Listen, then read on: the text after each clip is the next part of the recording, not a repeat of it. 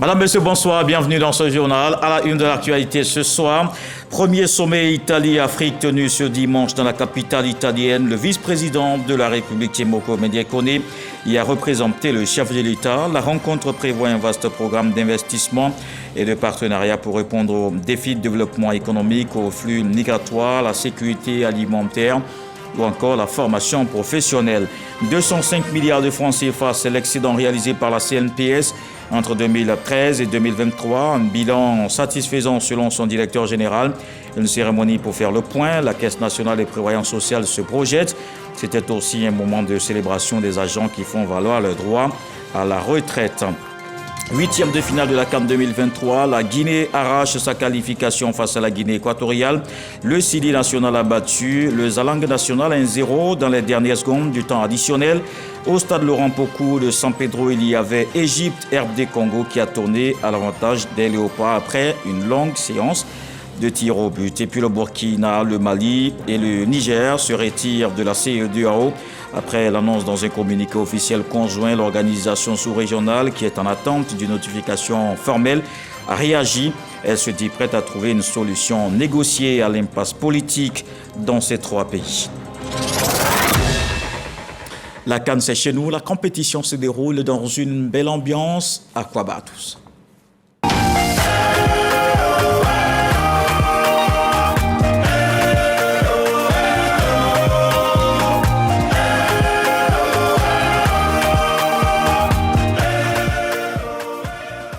Mais avant de parler de la CAN de l'hospitalité, allons à Rome. Le vice-président de la République, Timoko Mediekone, représente le chef de l'État au sommet Italie-Afrique. Une première édition consacrée aux questions de développement. Le partenariat permettra d'apporter des réponses aux défis du développement économique et surtout aux flux migratoires. Viviane Aïmé. C'est ce dimanche 28 janvier que s'est ouvert à Rome, la capitale italienne, le tout premier sommet Italie-Afrique organisé par le gouvernement italien. Le vice-président de la République, Timoko Mediekone, qui représente le président de la République, Alassane Ouattara, à ce sommet, qui se tient les 28 et 29 janvier, est arrivé le samedi 27 janvier dans la capitale italienne. Accueilli à son arrivée par les hautes autorités italiennes, des membres du gouvernement ivoirien et les responsables de la mission diplomatique ivoirienne en Italie. Ce premier sommet Italie-Afrique, dont les travaux débutent ce dimanche 28 janvier, porte sur la mise en œuvre du plan Mattei pour l'Afrique, qui est un plan de coopération entre l'Afrique et l'Italie et qui prévoit un vaste programme d'investissement et de partenariat en réponse aux défis du développement économique, de la création d'infrastructures, des flux migratoires, la lutte contre le terrorisme, la sécurité alimentaire, la sécurité énergétique et la formation professionnelle. Au cours de son séjour, le vice-président de la République s'entretiendra avec la première ministre d'Italie et rencontrera de hautes personnalités et des investisseurs. Et ici sur place, c'est l'heure du bilan à la CNPS. Les réformes de la Caisse nationale de prévoyance sociale donnent des fruits. Un excédent de 205 milliards de francs CFA réalisé en 2013 et 2023. Le directeur général s'en réjouit. Il motive les agents, exhortés à continuer sur cette voie de l'excellence. Ismaël Evradeo, Devisoyo. 180 milliards de cotisations sociales déclarées en 2013. 10 ans plus tard, en 2023, la CNPS culmine 81 milliards, soit un excédent de 205 milliards de francs CFA. Un bond prodigieux qui démontre la santé financière de la Caisse nationale de prévoyance sociale. Au cours de l'année écoulée, 385 494 travailleurs indépendants ont été enrôlés dans le cadre du RST, le régime social des travailleurs indépendants.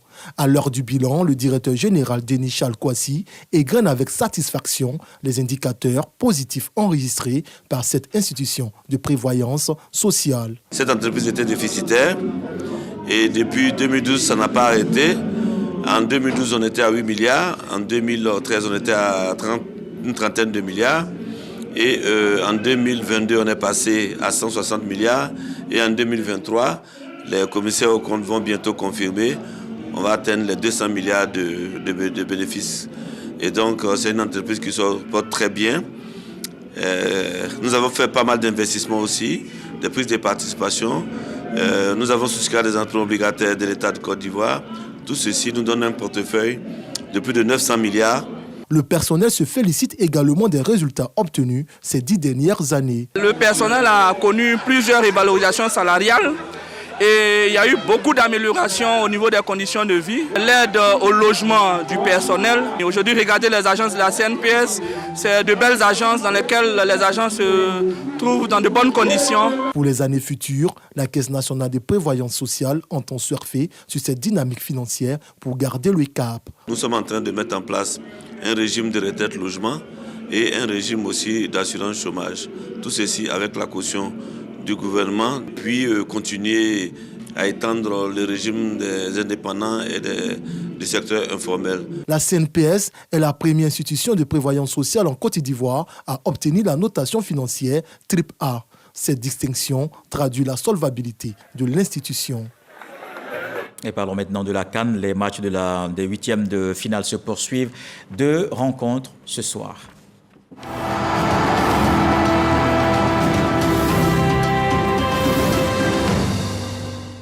Et ce dimanche au stade Alassane Ouattara, la Guinée s'est qualifiée pour les quarts de finale en battant le Zalang national de Guinée équatoriale 1-0. Au stade Laurent Pokou à San Pedro, les Pharaons d'Égypte étaient face aux Léopards de la RDC. Après un but partout, ce sont les tirs au but qui séparent les deux équipes. Les Congolais prennent le dessus et filent en quart de finale. 4 pays donc qualifiés pour les quarts de finale. Demain, la Côte d'Ivoire va chercher son ticket au stade Charles Konambani de Yamoussoukro, mais il faut battre les Lions de la Teranga du Sénégal. Les Ivoiriens y croient, l'heure est à la mobilisation autour des pachydermes. Après l'élimination évitée de justesse, jouer donc le 12e homme pour la qualification. Un reportage d'Israël Eva Deo Devisoyo. Visage fermé et découragé, ces supporters des éléphants de Côte d'Ivoire sont irrités suite à la débâcle de l'équipe nationale face à la Guinée équatoriale. De réelles questions vont se poser après cette sortie des éléphants de Côte d'Ivoire. Un score très sévère. 0-4-0. Comment les supporters marchent, mais 4-0. Qu'est-ce que le président dit, c'est ça? Mais toi l'entraîneur, mais qu'est-ce l'entraîneur? Et actuellement, je suis touché. Gravement touché même. Humiliation, un grand caractère. Actuellement, on est très découragé. 2 jours plus tard, grâce à la victoire des Lions de l'Atlas du Maroc face au Chipolopolo de la Zambie, le découragement a laissé place à des scènes de liesse sur l'ensemble du territoire national.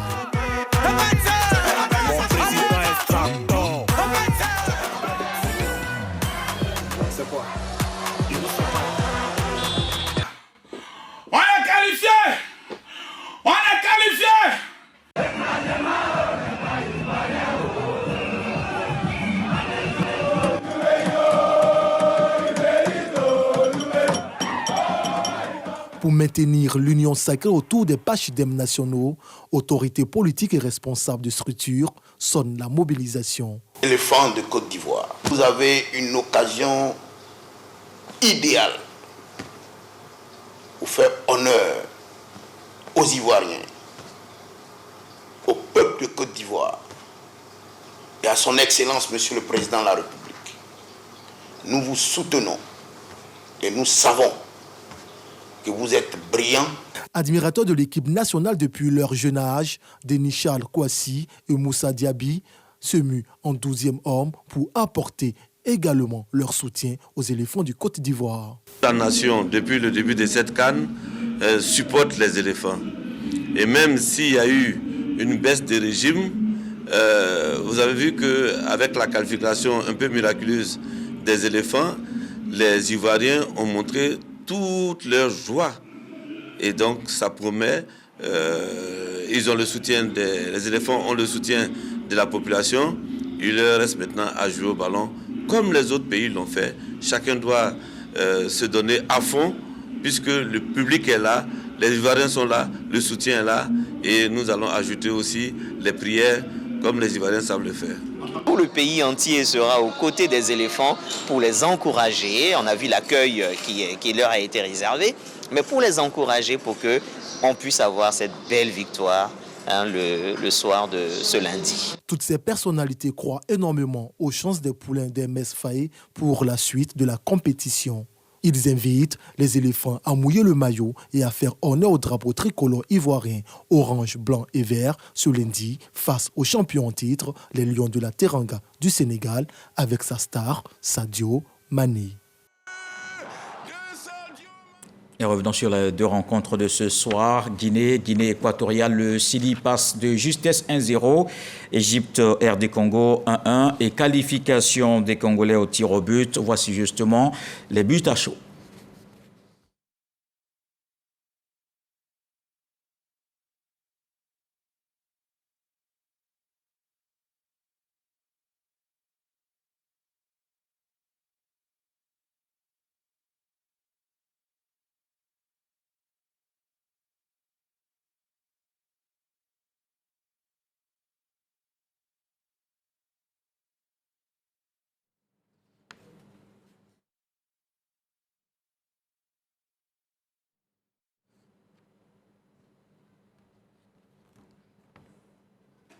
Voilà donc Guinée équatoriale, le Sili qui passe donc de justesse dans le temps additionnel 1-0. L'Égypte était face à la RD Congo après un match nul 1-1, qualification des Congolais et donc fin de la compétition pour le Zalang national de la Guinée équatoriale battu 1-0. Les poulains de Kaba Diawara sont en quart de finale. Les supporters guinéens ont manifesté leur joie à la fin de la rencontre. Ismaël Evradeo, Serge Collier. De retour du stade olympique Alassane Ouattara, les supporters du Sili national de Guinée scandent à l'unisson un chant des jours de fête.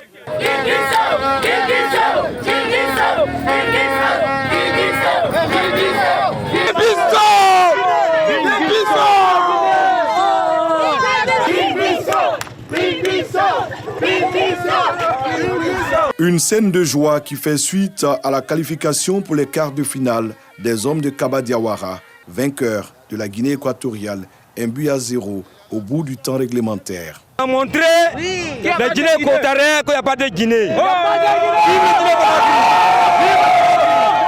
Nos joueurs ont vraiment mouillé le maillot. Ils ont changé les choses parce qu'on était un peu inquiets compte tenu des premiers matchs. Mais là, ils nous ont démontré qu'ils ont le mental très fort et on est tous contents. C'est pas les Guinéens puissants, c'est les Guinéens. Le Sili national a gagné. La CAN est tellement excellente. Vraiment, c'est la joie totale. On est tellement contents. On est heureux.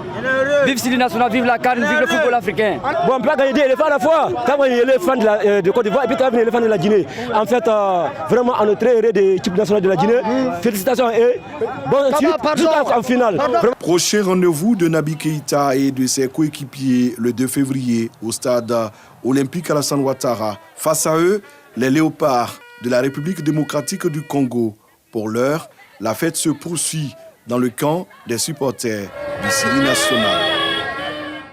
Mais une confrontation est très attendue, celle surtout par les Ivoiriens. Le match Côte d'Ivoire-Sénégal demain lundi. L'axe Abidjan-Yamoussoukro est d'ailleurs très sollicité en ce moment pour assurer la sécurité des usagers. Des dispositions sont mises en place par le gouvernement. Le ministre des Transports s'est rendu sur l'autoroute du Nord pour voir le dispositif. En reportage de Fred Oulaï à Boussanogo.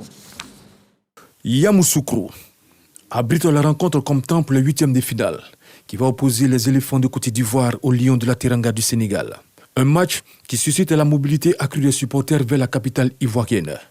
Pour faciliter le déplacement des usagers, plusieurs fonctionnaires de police et gendarmes sont déployés sur l'autoroute du Nord. Pour nous, l'essentiel, c'était de travailler sur la sensibilisation, dans tout ce sens, dans toute sa plénitude. Vous verrez sur les voies des panneaux à messages variables qui vont sensibiliser les gens sur des éléments clés tels que la consommation de l'alcool interdite, qu'il ne faut pas faire pendant qu'on conduit, mais en même temps, elle va travailler encore une sensibilisation sur les bons comportements, les bonnes attitudes.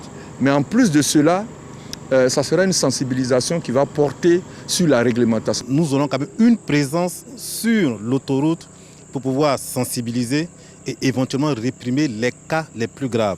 Vous venez de voir le barrage intelligent qui sera également présent tout au long de cette canne et pour le reste du temps. À l'occasion de ce match, nous attendons à ce qu'il y ait quand même une certaine consommation d'alcool. Nous n'allons pas interdire la consommation d'alcool, mais nous voulons qu'elle soit strictement interdite à tous ceux qui vont prendre les volants des véhicules. L'alcool et le volant ne font pas bon ménage. Au nom du ministre d'État, ministre de la Défense, du ministre de l'Intérieur et de la Sécurité, ainsi que du ministre de la Santé, de l'Hygiène publique et de la couverture maladie universelle, le ministre des Transports, Amadou Kone, a effectué une visite terrain. Il les rassure. On rentre dans une phase où il y aura beaucoup de déplacements. Donc je suis très satisfait de ce qui a été fait jusqu'à présent. On n'a pas eu, Dieu merci, donc de gros problèmes, malgré les nombreux déplacements. Au nombre des décisions pour faciliter la circulation des usagers, le ministre des Transports, Amadou Kone, annonce l'interdiction de circulation des poids lourds à compter de ce dimanche soir. Des dispositions particulières ont été prises en ce qui concerne le match de lundi, relativement à la circulation des poids lourds. Donc les véhicules de plus de 10 tonnes donc, vont être interdits à la circulation à compter de ce soir, que le même dispositif va être maintenu à l'intérieur de la ville de Yamoussoukro, où la circulation des camions, des gros camions, excepté ceux qui bénéficient de la dérogation habituelle, donc les vivriers, ceux qui transportent le gaz. Avec pour objectif de limiter les risques d'accident, le ministre des Transports, Amadou Kone, avait à ses côtés le directeur général de la police nationale, Youssoufou Kouyaté, et le représentant du commandant supérieur de la gendarmerie nationale, le général de brigade, Souna Kone. Ajoutons qu'en application de l'arrêté du 26 janvier 2024, le ministre des Transports informe les usagers de la route et les forces de l'ordre que la circulation est interdite pour les véhicules poids lourds dont le poids total en charge excède 10 tonnes du dimanche 28 janvier 2024 à 23h59 au mardi 30 janvier 2024 à 21h sur les axes routiers ci-après un tronçon de l'autoroute du Nord, Abidjan, Yamoussoukro, Bouaké et Bouaké-Yamoussoukro, Abidjan, 2 axes routiers, Saint-Fra-Yamoussoukro, Bouaké-Yamoussoukro. Pendant la période ci-dessus mentionnée, la circulation des gros camions est également interdite à l'intérieur de l'agglomération de Yamoussoukro.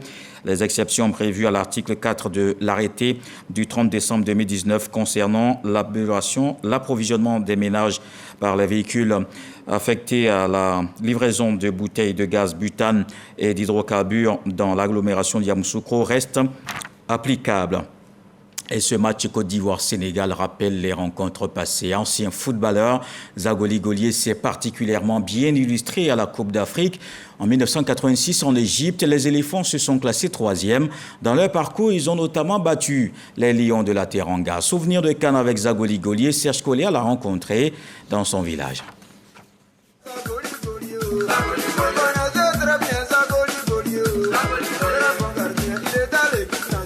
À Mimia 2, son village dans la sous-préfecture d'Issia, c'est une légende. Des décennies après avoir rangé les crampons, l'ex-gardien volant des éléphants de Côte d'Ivoire inspire respect et admiration. J'ai vu Zagoli. D'abord, il a commencé au village ici et c'était une icône. C'était moi mon idole parce qu'il était vraiment travailleur. Moi, je l'ai vu jouer à Bouaké et ensuite, il est venu à l'Africa. Et en équipe nationale, il a vraiment fait des merveilles. Lorsque Zagoli Golier évoque ses souvenirs, les jeunes du village se rassemblent autour de lui pour s'abreuver. Sociétaire de l'ASC Bouaké, en 1986, Zagoli Golier est l'une des révélations de la Coupe d'Afrique des Nations en Égypte. Il n'y a pas de secret dans le sport, c'est le sérieux, le travail. Moi, je me disais comme ça, j'ai dit un jour, il faut que moi je joue à l'équipe nationale de Côte d'Ivoire. Et c'est arrivé. Je voulais à tout prix être titulaire à l'équipe nationale. Donc c'est ça qui a fait ma force. Grâce à ses prouesses, Zagoli Golier permet aux éléphants de Côte d'Ivoire de se qualifier pour le deuxième tour face au Sénégal de Jules Bocandé, meilleur buteur du championnat français à cette époque. On a bloqué Jules Bocandé jusqu'à pendant 90 minutes. Il y a eu pénalty, Dieu a fait grâce. Quand il a chuté, j'ai enlevé. Avec Abdoulaye Traoré, Ben Badi, le génie. Il a dit, fais un effort, marque-moi un but. Le reste, c'est mon travail. J'arrête et tout, et puis on s'en va. Et effectivement, quand il marque, c'est fini.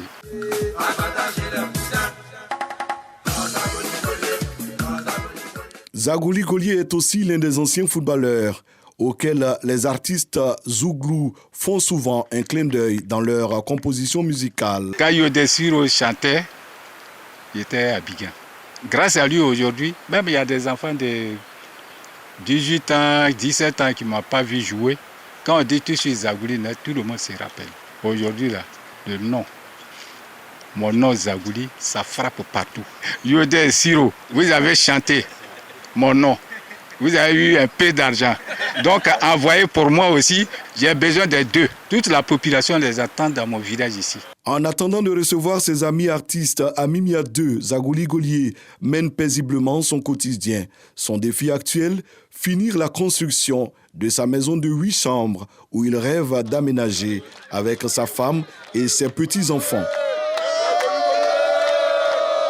Vivement donc un Zagouli Golier très déterminé demain à Yamoussoukro. Et justement, les éléphants footballeurs sont arrivés hier à la tombée de la nuit dans la capitale politique. Et le ministre d'État Kobena Kwasi Adjoumani depuis Yamoussoukro appelle à la mobilisation et l'exhorte à un climat apaisé avant, pendant et après la confrontation Sénégal-Côte d'Ivoire. Théodore Zouzou, Serge Coléa. Le 11 national est arrivé hier aux environs de 18h à Yamoussoukro, capitale politique et administrative de la Côte d'Ivoire. Un accueil chaleureux a été réservé aux éléphants de Côte d'Ivoire.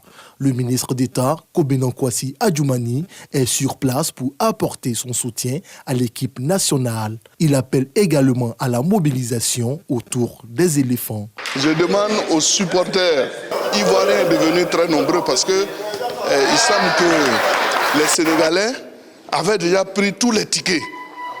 Donc on va être envahis sur le terrain. Mais nous demandons aux Ivoiriens de venir, même aux abords du terrain, pour encourager les joueurs et les faire gagner. Vu l'enjeu de ce match couperé entre les Lions de la Teranga et les éléphants de Côte d'Ivoire, le ministre d'État invite les supporters des deux camps à adopter le fair play. Nos joueurs nous ont qualifiés en 8e de finale. C'est le résultat de leurs efforts. Quel que soit le résultat aujourd'hui, il ne faudrait pas que les supporters cassent les bus. Ces bus-là, le président les a acquis pour la Côte d'Ivoire. Après la CAN, la vie va continuer. Il n'a jamais dit, bon, moi je suis découragé. Parce qu'il est notre premier capitaine. S'il est découragé, mais plus rien ne va exister. Et donc, lui, il a trouvé des mots d'apaisement pour encourager les uns les autres. Il faut que chacun imite le président de la République. Le face-à-face Sénégal-Côte d'Ivoire est au centre de toutes les conversations dans la capitale politique et les supporters des deux équipes entendent mettre l'ambiance jusqu'au coup de sifflet final.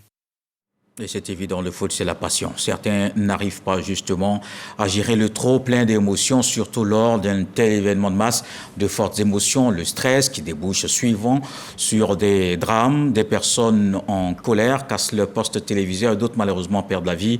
Les psychologues et autres spécialistes proposent des solutions simples pour mieux s'en sortir. Sidonie Davila.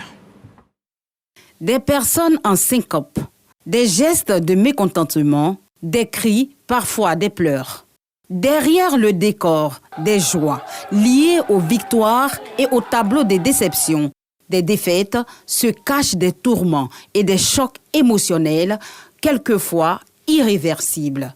Triste exemple, la tragique histoire de cette famille. Parce que la Côte d'Ivoire a encaissé le 3e but, mon fils a fait un arrêt cardiaque.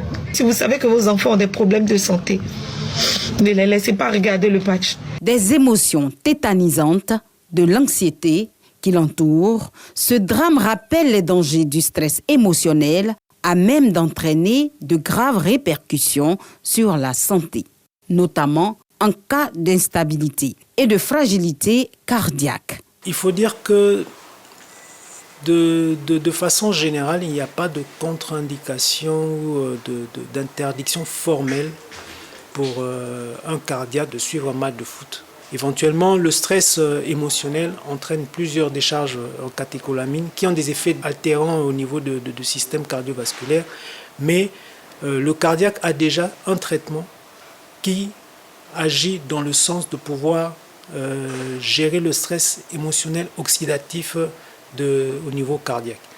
Donc, de prime abord, c'est d'abord de reconnaître si le patient a correctement suivi son traitement, a correctement pris son traitement le jour en question. Alors que la passion du foot, sport roi, continue de rassembler des foules immenses et hystériques, générant yo-yo et autres intenables variations d'émotions, il est plus que nécessaire de mieux se connaître. L'émotion, c'est un mécanisme de survie. C'est un mécanisme de survie. Pourquoi on parle de mécanisme de survie? Parce que c'est un élément inconscient qui alerte notre système de sécurité intérieure sur un danger. Quand vous vous connaissez, vous vous préservez mieux. Voilà, moi je pense que pour ces personnes hypersensibles, il faut mieux éviter les stades, il faut mieux éviter les écrans. Parce que, comme j'ai dit, les émotions, ça ne prévient pas. Cette thérapie préventive implique, selon les experts, un accompagnement multidisciplinaire. Notre rôle, c'est d'aider les populations et les individus à pouvoir exprimer leur plein potentiel, à pouvoir se prendre en charge convenablement, à gérer toutes les tensions de la vie. Et quand on parle de tensions de la vie, il y a la défaite lors des matchs, il y a la perte et donc de l'espoir lors de l'élimination. Et aussi, il y a les événements heureux qu'il faut gérer. Et donc, pouvoir gérer ces tensions de la vie-là et pouvoir contribuer au développement de sa communauté. Et ce traitement devrait être renforcé avec ces précautions-là. En travaillant, par exemple, par la massothérapie que je suis en train de faire là, nous allons améliorer la détente du patient.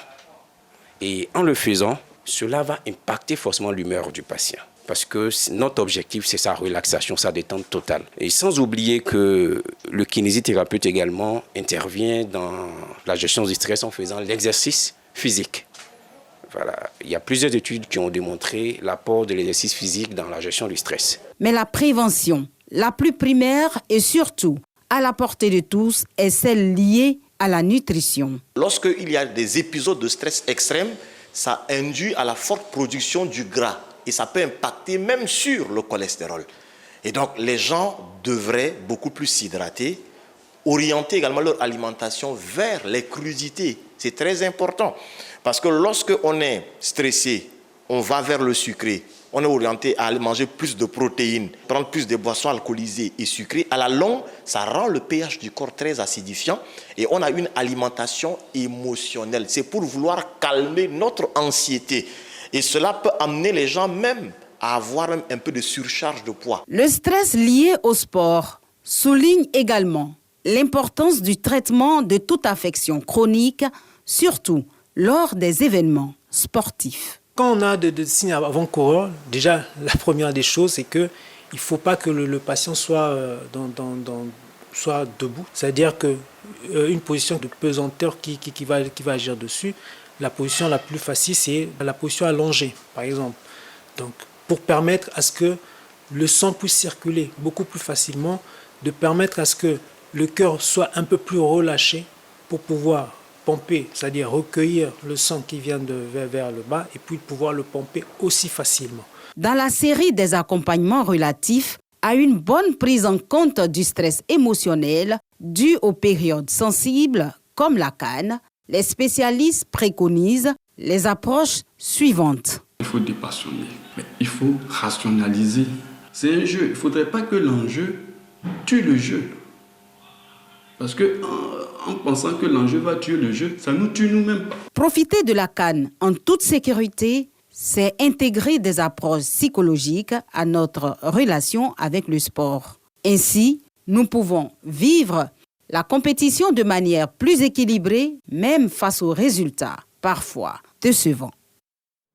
Attention donc au trop plein d'émotions, surtout demain, Côte d'Ivoire-Sénégal. Les supporters des deux équipes sont mobilisés et vous le savez très certainement, ils veulent tous avoir accès au stade Charles Kounabani pour pousser leur équipe à la qualification en quart de finale. Mais avoir le pass pour suivre le match, ce n'est pas du tout facile. À l'épreuve des tickets à Yamoussoukro, un reportage de Jana Toubé. Hors du stade Charles Kounabani de Yamoussoukro se joue un match d'un autre type, celui de l'acquisition des tickets pour le 8e de finale qui va opposer les éléphants aux lions de la Teranga. Ici, les acteurs de ce match, ce sont les supporters des deux pays, Côte d'Ivoire et Sénégal. Chacun y va de sa détermination et de son courage avec la même motivation, la passion du football et l'amour pour son pays. On n'a pas deux pays, on n'a pas deux Côte d'Ivoire. Les éléphants, c'est les éléphants. Nous sommes derrière eux, jusqu'au bout. On a quitté Zouka pour revenir depuis hier. On est là. On n'est même pas poussé pour aller dormir. On a besoin de tickets. Depuis ce vendredi 26 janvier, les populations ont été informées de la disponibilité des tickets d'accès au stade dans les différents points de vente officiellement reconnus. Ce sont la Fondation Félix Houphouët-Boigny pour la recherche de la paix, la préfecture de Yamoussoukro, la poste de Côte d'Ivoire et la sous-préfecture. Des endroits très vite pris d'assaut par les supporters inconditionnels et les furieux de football, excités par ce classique de l'Afrique qui déjà sonne comme un derby. Pour les supporters des éléphants spécialement, c'est l'occasion de restaurer la confiance perdue et reconquérir le cœur des Ivoiriens. Malgré mon état, avec mon gros ventre, je suis ici, mais je n'ai pas encore eu le ticket. Avec tout ce qui s'est passé, après la résurrection, on espère gagner ce match. Depuis 5 heures, je viens d'avoir mon ticket par la grâce de Dieu. Éléphant gagné, oh! Non mais il a gâté mon sommeil de 5 heures là. Gagné t'es! La CAF, Confédération africaine de football, a cru bien faire les choses. Mais sur le terrain, la réalité est tout autre. À sa décharge toutefois, l'extraordinaire engouement des populations et leur entière et totale adhésion à cette canne de l'hospitalité que la Côte d'Ivoire confirme avec fierté. Illustration, la très forte demande de tickets des supporters et leur besoin de vibrer avec les joueurs dans les stades. Depuis 5 heures, je suis là et on est venu trouver d'autres. Il y a d'autres qui nous depuis même 3 heures, ils sont là. Mais on est venu, on nous dit qu'il n'y a pas de ticket. Après on nous dit non, faites le rang. Donc là, nous, on ne comprend rien. Oh, pourtant, nous aussi, on a bien des tickets pour soutenir notre éléphant. Ce ticket, c'est le bonheur, c'est une gloire pour moi. Ce ticket, c'est le paradis. Parce que je vais accompagner les éléphants de la Côte d'Ivoire à la victoire. Avec cette mobilisation pour l'achat de tickets et l'atmosphère bouillante que connaît déjà la ville de Yamoussoukro, à quelques heures de ce match à Côte d'Ivoire-Sénégal, il est à parier que le stade Charles Konan Banny sera plein comme un œuf. Les éléphants peuvent compter sur leur public, le deuxième homme de ce match. Vous le voyez, le match Côte d'Ivoire-Sénégal, objet de toutes les attentions. Les supporters, qu'ils soient ivoiriens ou sénégalais, sont sur le qui-vive et chacun prédit la victoire de son pays. Pour autant, ils savent que c'est un match difficile qui va exiger des joueurs un surpassement. On retrouve Eugène Atoubé. Autour d'un pot, dans un maquis comme il en existe nombreux à Yamoussoukro, des amis discutent. L'ambiance est détendue. Le sujet au centre de la discussion est le match entre la Côte d'Ivoire et le Sénégal au stade Charles Konan Banny. On est à Yamoussoukro. On espère quand même que les Ivoiriens vont donner beaucoup de force quand même pour pouvoir gagner ce match. C'est vrai que le Sénégal c'est une très belle équipe, mais on peut battre le Sénégal. On n'a aucune crainte parce que les enfants sont ressuscités. Ils vont donner le meilleur d'eux-mêmes, faire plaisir à toute la Côte d'Ivoire. C'est tout un peuple qui compte sur eux. Que Dieu les protège et leur donne encore beaucoup de force. Du côté des supporters ivoiriens, le sentiment général avant cette opposition mettant en scène éléphants et lions de la Teranga est à l'optimisme. Quoique contrairement à ce qui était donné de voir la veille des matchs des éléphants, aucun indicateur, aucun signe d'un optimisme béat n'était perceptible dans les rues et quartiers de Yamoussoukro. Les Ivoiriens ont tout simplement décidé de se donner de la retenue et d'accompagner de leurs prières les éléphants pour qui leur cœur bat la chamade. Quelqu'un qui a été crucifié, qui est ressuscité, là, il devient plus dangereux. Donc c'est cette synergie-là que nous envoyons à l'équipe nationale. Ils nous ont rassurés que demain, ils vont nous faire plaisir. Il n'y a pas de stress, il n'y a rien même. La Côte d'Ivoire va gagner demain 2-0. Avec les membres de la communauté sénégalaise de Yamoussoukro, Siaka entretient d'excellents rapports et adore les plats typiques de ce pays. Et justement, c'est dans un restaurant sénégalais que nous l'avons rencontré. Les Sénégalais résidant à Yamoussoukro et venus d'autres horizons du Sénégal même s'y sont retrouvés à l'heure du déjeuner. Des hommes et des femmes sereins, confiants et assurés de la victoire des Lions de la Teranga, forts de leur position de favoris et détenteurs du trophée. Il faut que les gosses sortent ce qu'ils ont dans les tripes pour pouvoir gagner ce match-là. Ça ne sera pas facile. Attention aux éléphants. Un éléphant blessé peut être dangereux. Comme la Côte d'Ivoire a pris 2 fois, le Sénégal a pris une seule fois, donc j'aurais voulu que la Côte d'Ivoire nous cède la coupe pour qu'on puisse prendre aussi 2 fois. Nous tous, on doit avoir des tickets. Les Ivoiriens, l'autre côté, nous, l'autre côté, et puis nos 2 équipes jouent. N'ayez pas nous fatiguer. Laissez-nous, on va passer pour aller devant pour prendre la coupe. Les supporters du Sénégal misent sur leur forte présence en Côte d'Ivoire pour pousser à la victoire les Lions de la Teranga. Les supporters ivoiriens, pour leur part, vont déferler sur Yamoussoukro par vagues successives et investir le stade Charles Konan Banny. Éléphant, Lion de la Teranga, un duel épique où le 12e homme, le public, sera de toute importance. Et pour ceux qui restent à Abidjan, rendez-vous au Palais de la Culture. L'ambiance ne baisse pas un seul instant depuis le début de la compétition. Au village Cannes de la RTI, tout est mis en œuvre pour passer d'excellents moments. Les spectateurs vivent toutes les émotions. L'ambiance du match d'hier, justement, Nigeria-Cameroun avec Grace Kando. Au Palais de la Culture de Trècheville, le village Cannes de la RTI. Les supporters camerounais et nigériens sont au rendez-vous de ce second tour de la CAN. La rencontre débute à 20h. Dans les deux camps, c'est l'optimisme.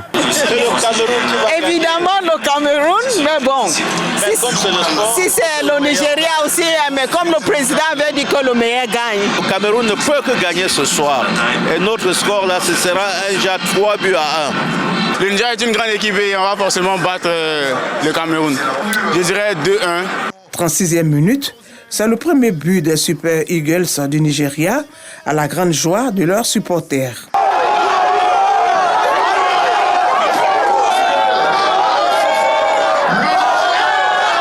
C'est déjà bouclé. Quand on dit le Nigeria, c'est comme ça y est. Mollo, mais à la fin, c'est ça qui est le résultat qui est là. Nos équipes, ils ont bien joué le match et on est très fiers d'eux,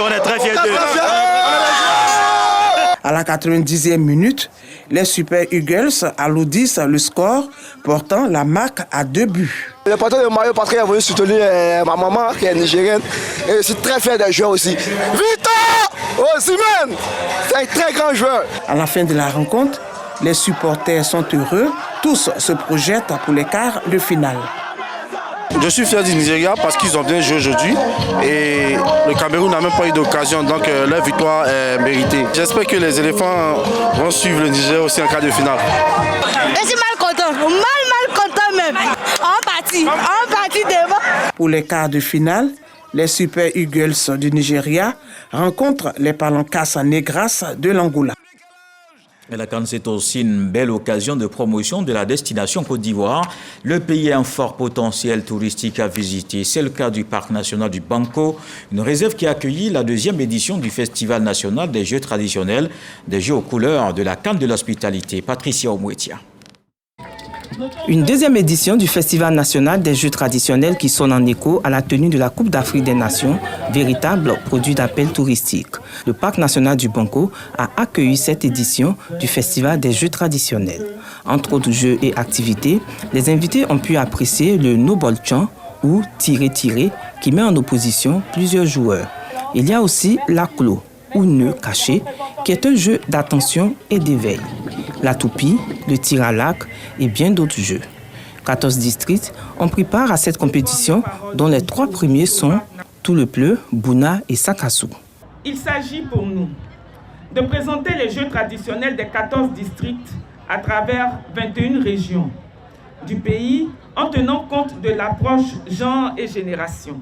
De faire la démonstration des jeux traditionnels spécifiques, d'organiser des compétitions entre les jeux traditionnels similaires et de récompenser les différentes délégations régionales. Une opportunité pour le ministre du Tourisme et des Loisirs de révéler l'offre ludique ivoirienne.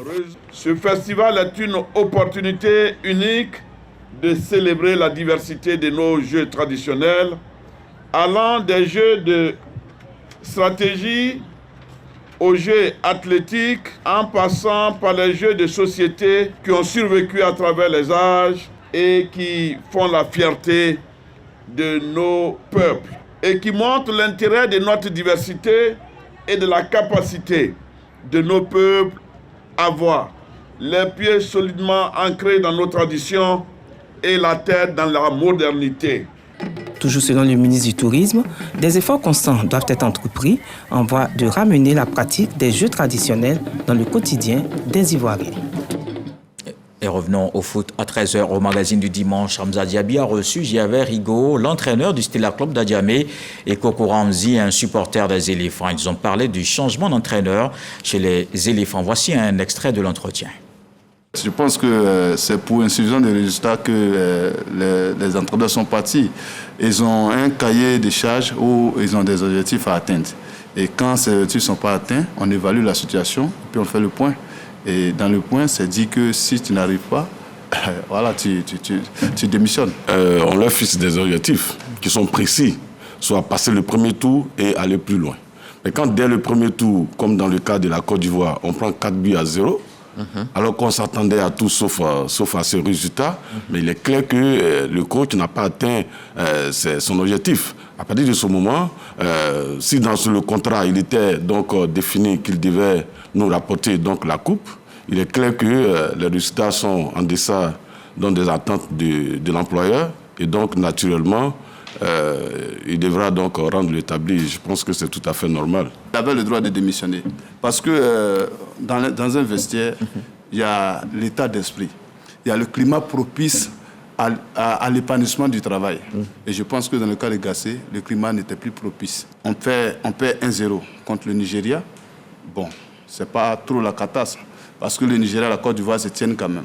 Mais perdre 4-0 contre la Guinée équatoriale, les joueurs ont perdu la confiance de l'entraîneur. Et ça, c'est dans le management, quand tu regardes le premier match, on joue, à la mi-temps, il mène, il fait sortir son latéral droit. Il va douter. Au deuxième match, il fait sortir son défenseur central. Il change de défenseur central. La défense fait quoi? La défense commence à douter. Le milieu, on pense que le milieu est lourd, il doit les repositionner. Au lieu de les faire jouer en A, il les fait jouer en V. Il ne les repositionne pas. Les ailiers qui étaient là, qui dans les matchs de préparation ont vraiment flambé, on constate qu'eux aussi sont en doute. Il y a un problème du système de jeu. Il n'a pas réussi à adapter son système de jeu à la situation. Nous avons joué un premier match que nous avons gagné, c'est normal. Mais le deuxième match, on avait déjà 3 points. Il rentre dans le jeu, le Nigeria refuse de jouer, reste derrière, joue un système tabouret, alors que c'est le Nigeria qui devait faire le jeu, puisqu'ils avaient 1 point. On avait déjà 3 points, on était qualifiés si on gagne 1 point. Ça fait 4 points.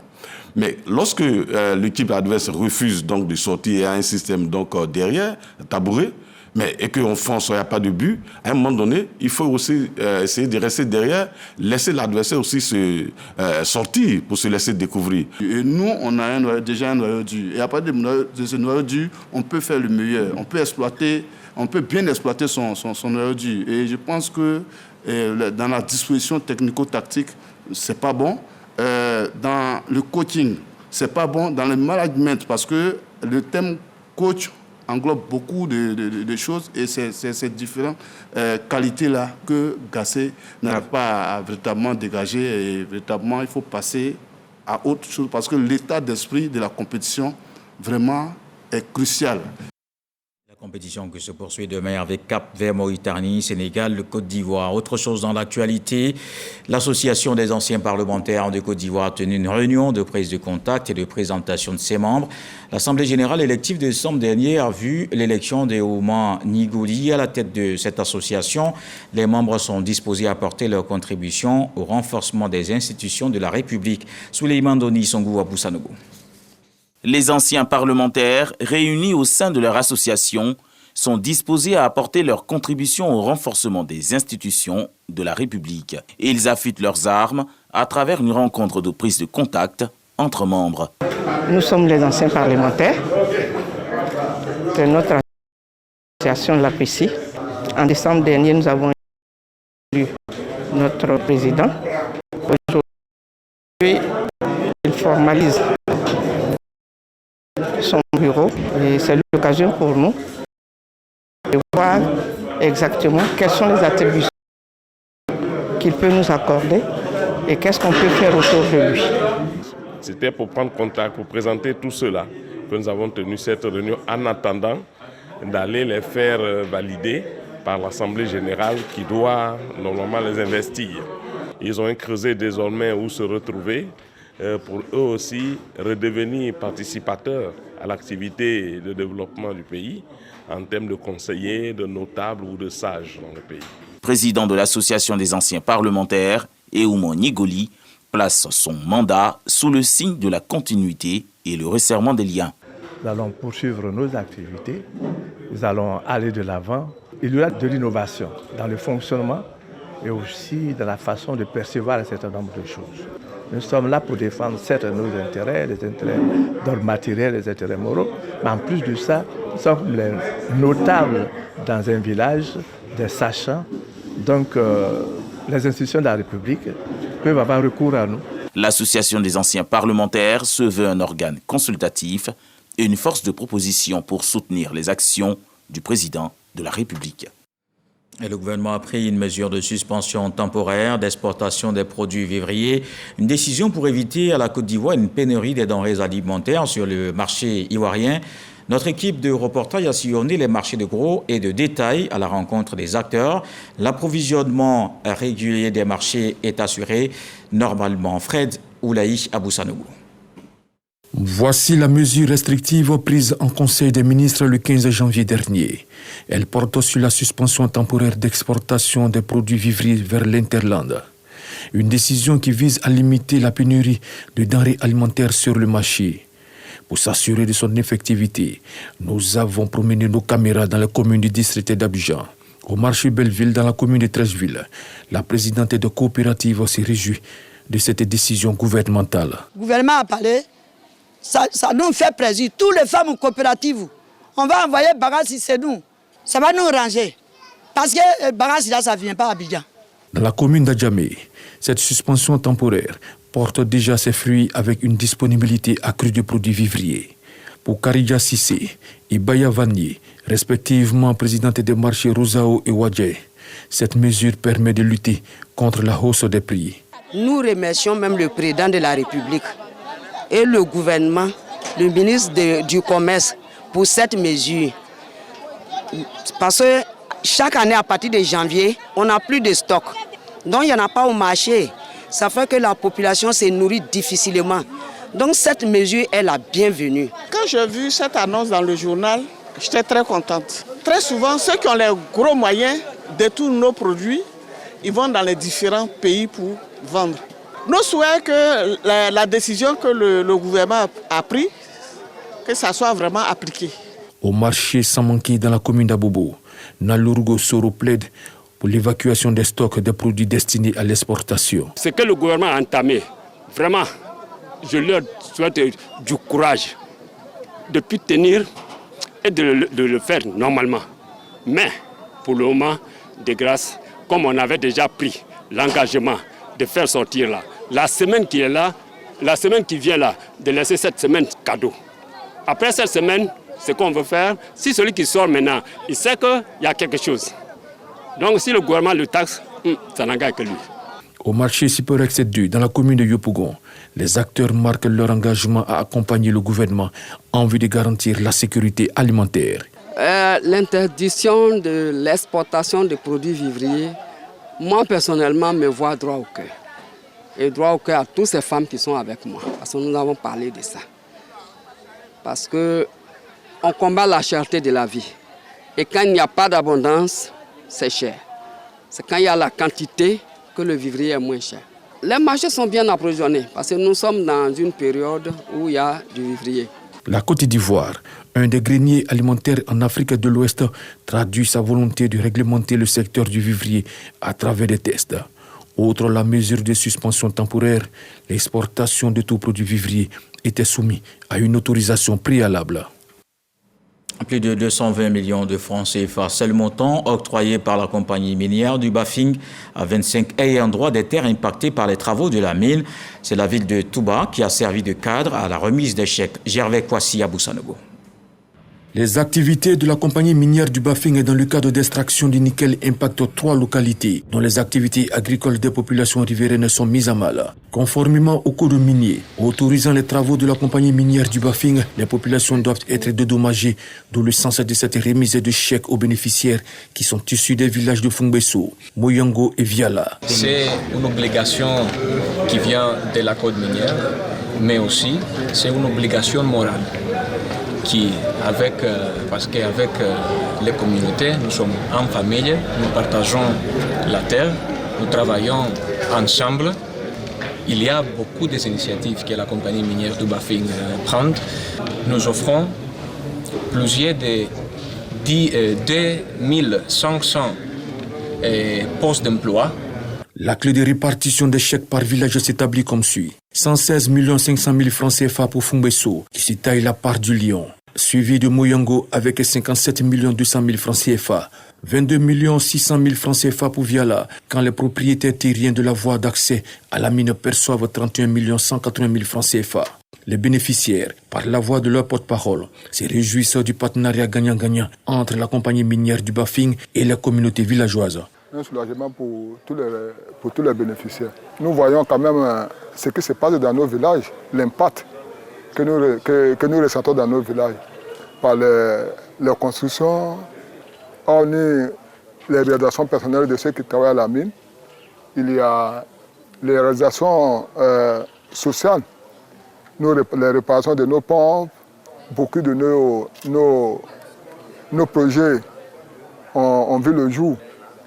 Les établissements primaires, le logement des instituteurs, le refilage de nos routes, vraiment, etc., vraiment beaucoup de choses, de façon positive. Le représentant du chef de l'État dans le Bafing n'a pas manqué de ressortir l'apport de la mine du nickel au développement de la région. Je voudrais vraiment féliciter ces jeunes-là qui ont compris que quand tout marche à la mine, ça marche aussi pour nos parents, ça marche aussi pour nos populations.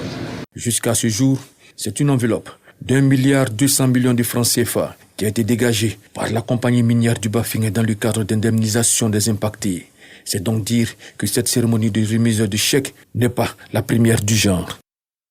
En religion maintenant, c'est la fin de la 124e assemblée plénière de la conférence des évêques catholiques de Côte d'Ivoire. Cette rencontre de réflexion sur la vie de l'église locale a eu lieu pendant 6 jours à Katiola. La cérémonie de clôture s'est tenue lors de la messe dominicale à la cathédrale Sainte-Jeanne d'Arc. Les conclusions des travaux ont été présentées à l'assemblée. Laure Goretti, Kader Sokodogo. Fin de la 124e assemblée plénière de la conférence des évêques catholiques de Côte d'Ivoire. Une rencontre ouverte depuis 6 jours à Katiola, dans la région du Hongbol, qui a pris fin par une messe à la cathédrale Sainte-Jeanne d'Arc de la ville. Les conclusions des travaux de réflexion qui ont porté sur la vie de la nation et de l'église locale ont été présentées à l'Assemblée. Nous notons avec satisfaction la croissance de l'église et son impact sur la société ivoirienne. Nous décidons de l'organisation des Journées nationales de la jeunesse en août 2025 à Yamoussoukro. Nous décidons de l'acquisition d'un terrain de 14 hectares dans la localité de Lolobo, dans le diocèse de Yamoussoukro, pour habiter nos œuvres sociales. L'Église catholique en Côte d'Ivoire célèbre aussi le 50e anniversaire de la conférence épiscopale en Côte d'Ivoire et le 90e anniversaire de l'ordination en 1934 du premier prêtre ivoirien, Monseigneur René Kwasi. Des actions seront menées dans ce sens. Pour marquer les 2 anniversaires, un pèlerinage national du clergé ivoirien sera organisé au mois de mai à Abli, village natal de Feu, Monseigneur René Kwasi, dans le département de Noubi, diocèse de Yamoussoukro. Des résolutions qui réjouissent les fidèles et les serviteurs de Dieu. Cela nous réjouit que l'Église joue effectivement son rôle d'unité, son rôle d'amour dans le pays. Et certainement que dans les semaines à venir, nous apprendrons beaucoup d'autres choses qui ont été mises en place, qui ont été décidées par les évêques de Côte d'Ivoire. C'était un signe de bénédiction et grâce à Dieu, les choses se sont bien passées. Et ils ont eu à l'adresse de la chrétienté ivoirienne des mots forts, des mots de réconfort et surtout d'encouragement. Les travaux de cette assemblée se sont déroulés dans une ambiance fraternelle. La prochaine assemblée plénière se tiendra du 27 mai au 2 juin 2024 dans le diocèse de Yopougon, province ecclésiastique d'Abidjan. Le pèlerinage annuel de l'église d'Eima s'est déroulé récemment à Gogwa, dans le département de Lakota. Les pèlerins ont prié pour l'unité en Côte d'Ivoire. Ils ont vécu d'intenses moments de spiritualité venus de tout le pays. Ces fidèles chrétiens ont bénéficié de l'appui de la Direction générale des cultes. Godefroy Okambawa. Depuis plusieurs décennies, ces fidèles de l'église d'Eima se retrouvent pour leur pèlerinage annuel à Gagoué, dans le département de Lakota.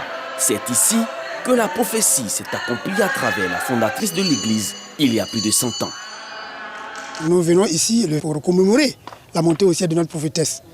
Donc pour ses bienfaits, pour tout ce qu'elle a apporté à l'humanité. Chaque année, nous nous retrouvons, les pèlerins viennent de partout le monde, des pays occidentaux comme des pays africains, pour prier, renforcer la foi, mais prier aussi pour les différents pays, notamment la Côte d'Ivoire, qui nous reçoit, de sorte qu'il y ait la convivialité, la paix, la cohésion sociale dans notre pays et partout dans le monde. La paix et surtout l'unité nationale. Des intentions de prière invoquées au cours de ce 68e pèlerinage par le Conseil suprême de l'Église et les fidèles. Il était important pour nous, pour venir accompagner ces prières-là envers Dieu, dans le sens de la cohésion de tous les Ivoiriens. Vous savez, quand il y a la paix et il y a la cohésion, suit le développement. Cette année, comme les années précédentes, l'État de Côte d'Ivoire apporte son appui institutionnel à travers la Direction générale des cultes. Toutes les confessions religieuses de Côte d'Ivoire sont représentées ici aujourd'hui. Et quand le spirituel est là, mais c'est évident que la paix sera toujours sur la Côte d'Ivoire, notre beau pays. À l'instar de toutes les autres religions, l'État a tenu à être aux côtés des fidèles d'Eima. Le pèlerinage à Gagoué est l'un des piliers sacrés de l'église d'Eima, moment de renouvellement de la foi pour ses fidèles. La suite de l'actualité, c'est un tour dans le monde, une revue des principales informations de la semaine, le 7 sur 7, Souleymane Donisongou, à Boussanogo.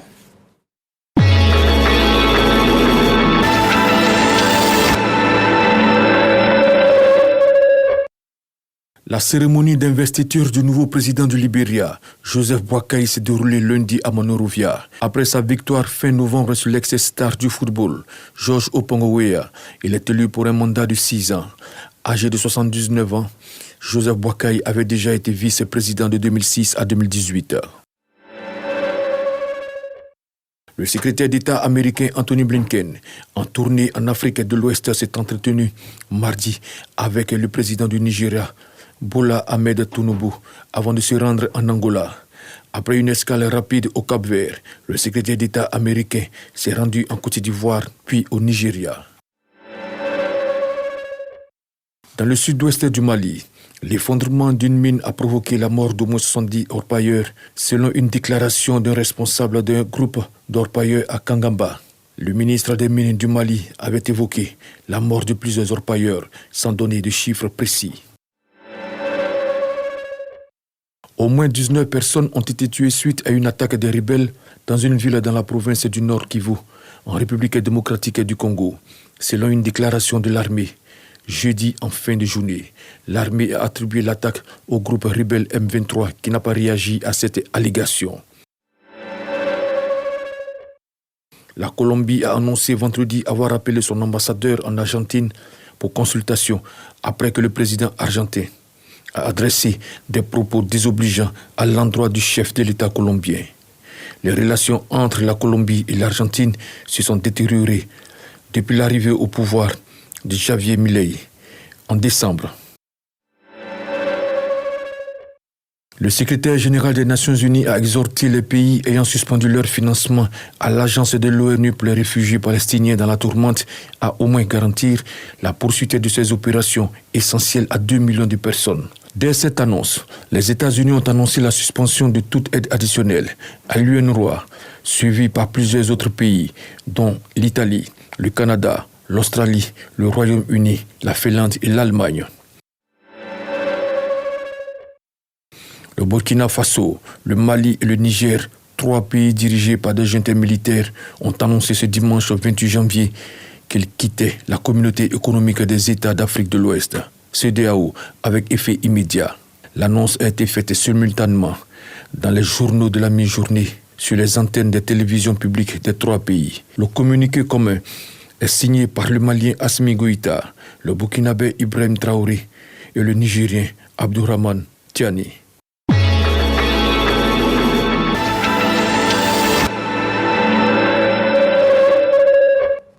Et ce communiqué, avant de terminer, Mme Kandia Kamisoko Kamara, présidente du Sénat, convoque, mesdames et messieurs, les sénateurs à la séance plénière solennelle d'ouverture de la première session ordinaire de l'année 2024 du Sénat le mercredi 31 janvier 2024 à 10h à la Fondation Félix Houphouët-Boigny pour la recherche de la paix de Yamoussoukro. En raison du caractère solennel de cette séance, Madame la Présidente du Sénat invite Mesdames et Messieurs les sénateurs à arborer leurs écharpes et autres insignes de parlementaires. Le présent communiqué tient lieu de convocation individuelle. Et puis retour sur la CAN pour terminer. Demain, une grosse journée de football. La suite des matchs de 8e de finale à suivre à 17h. Les requins bleus de Cap-Vert face au Miraboutoun de Mauritanie et le choc éléphant de Côte d'Ivoire. Lion de la Teranga du Sénégal à 20h. Voilà, qui met un terme à ce journal. Merci de l'avoir suivi. Demain, 20h, retrouvez Fatou Fofana. Ce soir, le sage nous apprend qu'il ne faut pas jeter le bâton, même quand on a traversé le cours d'eau. On se quitte avec cette chanson des enfants de la Fondation. Ici, on chante pour la CAN de l'hospitalité.